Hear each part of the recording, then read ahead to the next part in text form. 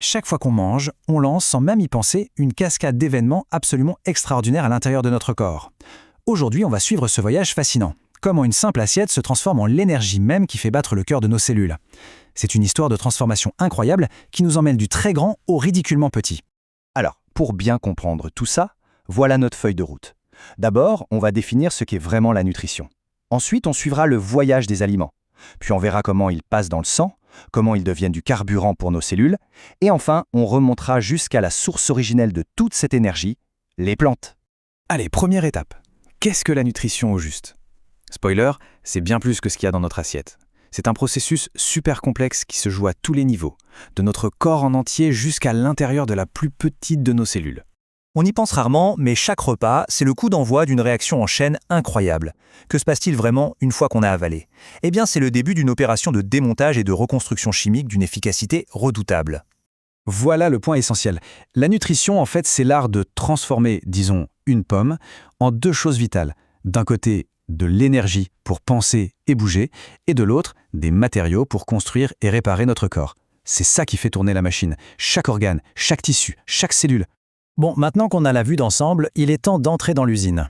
On va suivre le parcours des aliments dans notre système digestif, une véritable chaîne de désassemblage aussi sophistiquée que silencieuse. La première grande étape dans cette usine, c'est la digestion. C'est le processus qui va, en gros, décomposer un morceau de pain ou une bouchée de viande en molécules si petites qu'elles pourront être utilisées par le corps. Et ces précieuses petites molécules, on les appelle les nutriments. Ce démontage, il se fait en plusieurs temps. Le boulot commence dans la bouche, où la mastication et la salive entament la décomposition. Ensuite, l'estomac prend le relais. C'est un vrai malaxeur acide. Et pour finir, l'intestin grêle finalise le travail et prépare le terrain pour l'étape suivante, qui est la plus cruciale. Et au cœur de cette décomposition chimique, on trouve des agents secrets, les enzymes. Il faut les imaginer comme de minuscules ciseaux moléculaires. Ces protéines spécialisées découpent sans relâche les longues chaînes de nos aliments, comme l'amidon du pain par exemple, pour libérer les petites briques de base, comme le glucose, que le corps peut enfin absorber. On arrive maintenant à un moment clé. Les aliments sont décomposés en toutes petites particules. Il faut maintenant qu'elles passent de l'autre côté de la barrière, qu'elles entrent dans notre circulation pour être distribuées partout. C'est le grand échange. Ce passage, ça s'appelle l'absorption intestinale. C'est là que les nutriments, enfin prêts, traversent la paroi de l'intestin grêle pour se jeter dans le sang.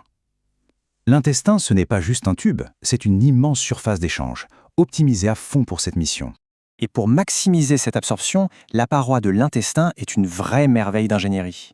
Elle est recouverte de plus de 10 millions de replis microscopiques, les villosités. Si on pouvait la déplier entièrement, toute cette surface atteindrait la taille d'un terrain de tennis. C'est ce qui garantit qu'aucun nutriment précieux ne soit perdu en route. Voilà donc le but de toute la digestion, transformer les aliments complexes qu'on mange en nutriments, des molécules toutes simples, comme le glucose ou les acides aminés.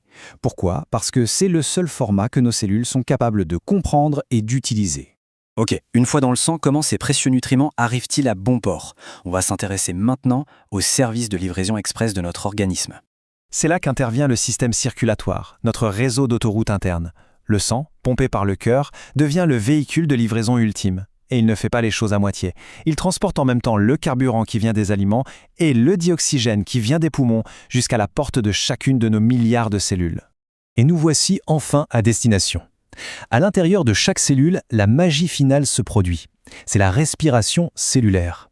C'est un peu comme un moteur microscopique qui va brûler le glucose avec du dioxygène pour libérer l'énergie qui nous permet de vivre tout simplement, de bouger, de penser, de respirer.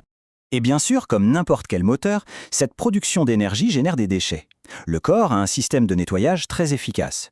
Le dioxyde de carbone repart dans le sang pour être expiré par les poumons, tandis que les autres déchets sont filtrés par les reins et finissent dans l'urine. Mais il reste une question en suspens. Cette énergie chimique-là, dans nos aliments, d'où est-ce qu'elle vient à l'origine ? Pour le savoir, il faut remonter à la source de presque toute la vie sur Terre, les plantes. Les plantes sont capables d'un véritable tour de force chimique, la photosynthèse. Grâce à leur pigment vert, elles capturent l'énergie du soleil et l'utilisent pour transformer des choses très simples, de l'eau et du dioxyde de carbone, en matière organique. En clair, elles créent de la nourriture à partir de la lumière. C'est fou quand on y pense. Et quand on met les deux processus côte à côte, on réalise quelque chose de magnifique. La respiration des animaux et la photosynthèse des plantes sont les deux faces d'une même pièce. Ce que l'une rejette, l'autre le consomme. C'est un cycle parfait, superbement équilibré, qui permet à l'énergie de circuler et à la vie de se maintenir sur notre planète. Des algues microscopiques aux arbres géants, c'est cette incroyable diversité végétale qui constitue la base de toute notre énergie. Quand on mange une salade ou même un steak de bœuf qui a lui-même mangé de l'herbe, ce qu'on consomme au final, c'est de l'énergie solaire qui a été capturée et transformée. Comprendre tout ce voyage, du soleil jusqu'à nos cellules, ça donne une toute autre dimension à nos repas, non? Et ça soulève une question essentielle.